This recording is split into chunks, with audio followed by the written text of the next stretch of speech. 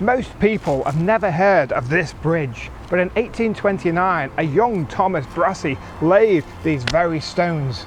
He then went on to build thousands of railways around the world. This is Saughall Massie on the Wirral Peninsula, quiet, tucked away and full of forgotten stories. And this is Brassey's very first structure. Nothing grand, just a single arch for a road over a small river. But it marked the start of one of the greatest engineering careers in history. Born here in Cheshire in 1805, Brassey started out in road surveying, and this bridge was part of a road improvement contract. Built with skill, precision and integrity, traits that would define the rest of his life. Today we meet with John Violet of the Thomas Brassey Society to find out more.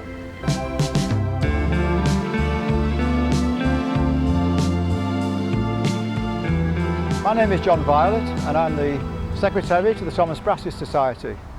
It's rather fitting that we're here in Chester. Thomas Brassey was born near Chester at Oldford in 1805. Chester is important in a lot of ways in that he built the railways which all came into this station here behind me. Not only did he build the railways here, but he also built the station. He built the station in only a year, in 1848, and also he built the Queen Hotel, which is very close to the station. Interested to note that the stone he built Chester Station with came from Staunton Quarry on the Wirral. That was something he started in very early days, just after he finished with Lawton, the surveyor, and he worked there, and he also did a brickworks up at Birkenhead at the time as well. In terms of the railways in Chester, he built the railway from Birkenhead to Chester. He built the Chester-Shrewsbury line, not all at once of course, and he also built the part of the Chester Crewe line, about 11 miles of that. He built Chester-Holyhead Railway, about 31 miles of it.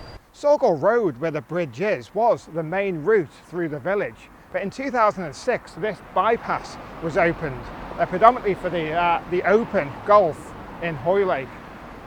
This was then turned one way, limiting its traffic and helping preserve the bridge from heavy goods. Now in 2019 this community fire station was opened here, and further down the bypass is another bridge that crosses the same brook that Brassey's Brook crosses, and that holds its own piece of history. Let's go and have a look. Yeah, shortly after building the bridge at Saughall Massie with the stone from Staunton Quarry, he was approached by George Stevenson. George Stevenson was building the railway from the Liverpool and Manchester, the very famous first intercity railway, and he came to see the quarry at Staunton and discussed the quality of the stone with Brassey, and what came out of that was a contract for Brassey to supply the stone for the Sankey Viaduct. That was one of the, if not the first viaduct carrying a railway line in the world, and he was able to move the stone from near Port Sunlight down the Mersey and then onto the Sankey Canal to the Sankey Viaduct.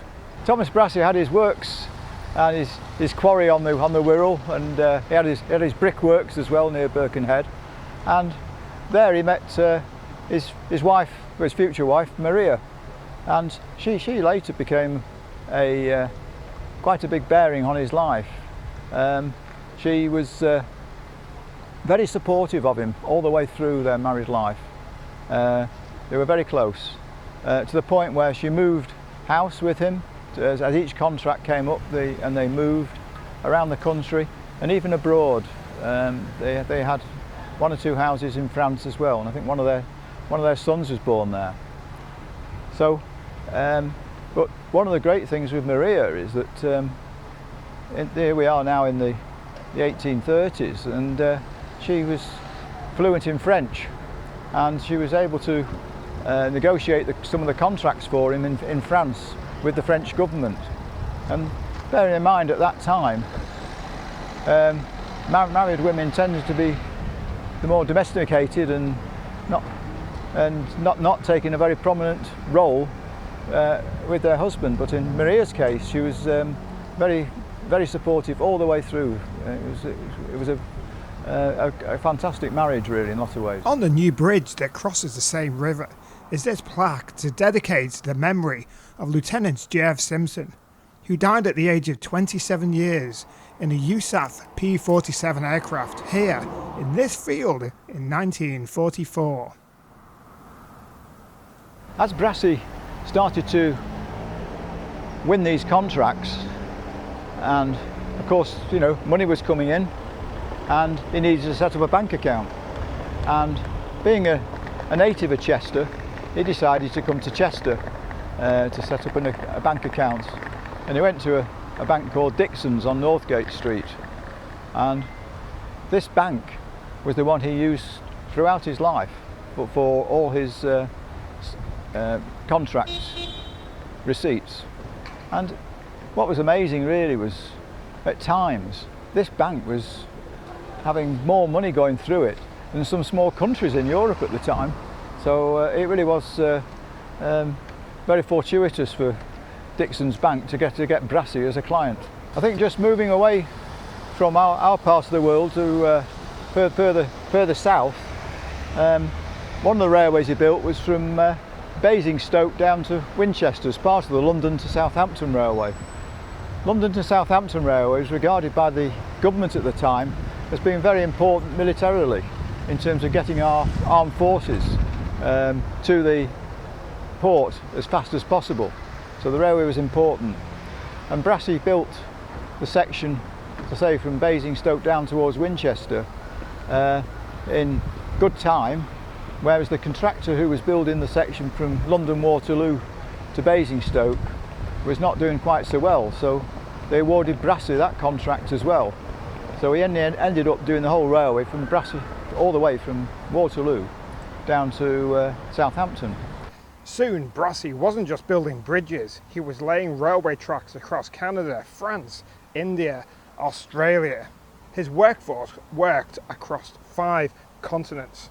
We're now at the south coast, and he started, Joseph Locke, the engineer he was working with so much, also got a contract in France for the work from Paris to Rouen.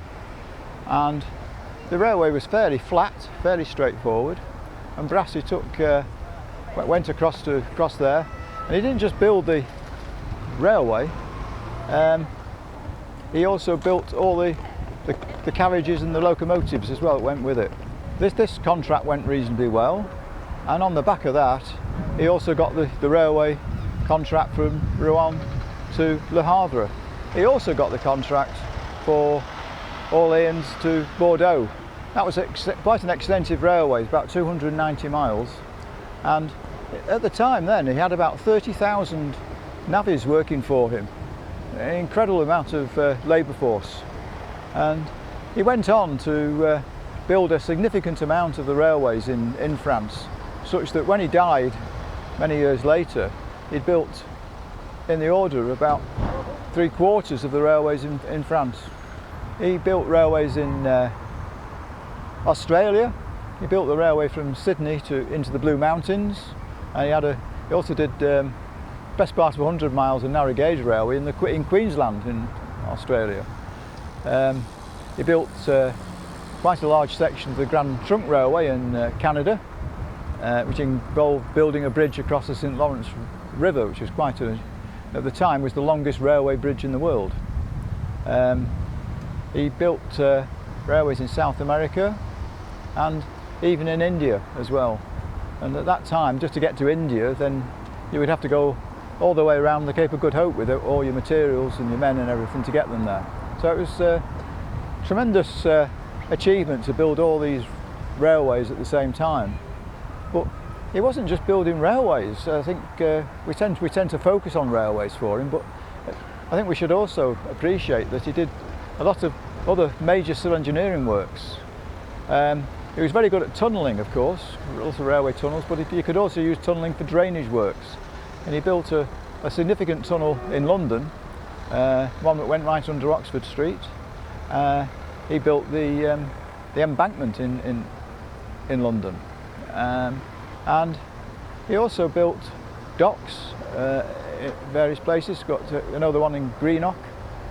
He even built one in Peru. So he achieved an awful lot in his lifetime. And at one point, you know, they reckon he had over 80,000 men working for him. And just how he managed all that at a time when you weren't able to get around the country very quickly, sometimes having to go on horseback, etc. It took some achieving. So we're now looking at the statue of Thomas Brassey. We got this erected in the end of May, and it was unveiled by the Duke of Gloucester on May the 28th this year. The statue itself was sculpted by Andy Edwards. Some of you will know about Andy Edwards from the Four Beatles at Pier Head, same sculptor. And we got a lot of the details of him from the Williamson Art Gallery, where there's a lovely painting of Brassey. It's a massive picture, but it was very important for us to get a lot of the details, such as his corduroy trousers he's wearing. Corduroy trousers at the time were often used by the navvies, and of course, you know, he was very much going on to sights himself, so that's what he found to be his best form of trousers. No frock coats for Brassey, it was all hands-on really. And at the base we've got some, it's appearing to be there at a time when they're actually building some railway tracks, so it's incomplete. We've got some spare screws around, and the track is just being constructed. The Llangollen Railway were very good at donating the track for us, and it's been reproduced in brass now, in bronze I should say. And Andy Edwards was particularly pleased at being able to reproduce this map of the Chester and Holyhead Railway, and it's incredible the detail that's on it, and a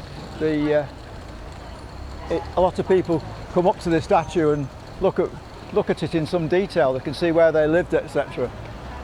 It's been quite a focus of attention since it's gone up. It's hard to believe that all of that started here on this quiet country lane, on a bridge you can walk over in seconds. But that is what makes stories like this so special. The biggest legacies often begin in the smallest places. This was Thomas Brassey's first bridge, and from here he built across the world.